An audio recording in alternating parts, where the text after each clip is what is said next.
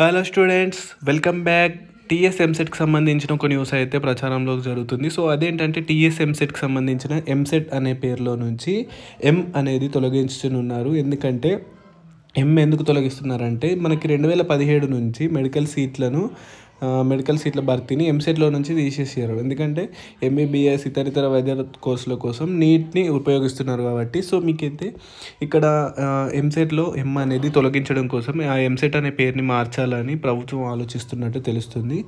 So ఈ వైద్య కోర్సులను ఎంబీబీఎస్ లాంటి వైద్య కోర్సులను ఎంసెట్ ద్వారా ప్రొవైడ్ చేయడం లేదు కాబట్టి ఎంసెట్లో పేరులో మెడికల్ అనే పదాన్ని అలాగే కొనసాగుతుంది. సో దాన్ని తొలగించడం కోసం ఈ చర్చ జరుగుతుందని తెలుస్తుంది. సో ఎంసెట్లో ఏ అక్షరాన్ని తొలగించి టీఎస్ఈఏపీ సెట్ లేదా టీఎస్ఈఏ సెట్ అని మార్చాలని ప్రతిపాదనలు వస్తున్నాయి అన్నమాట.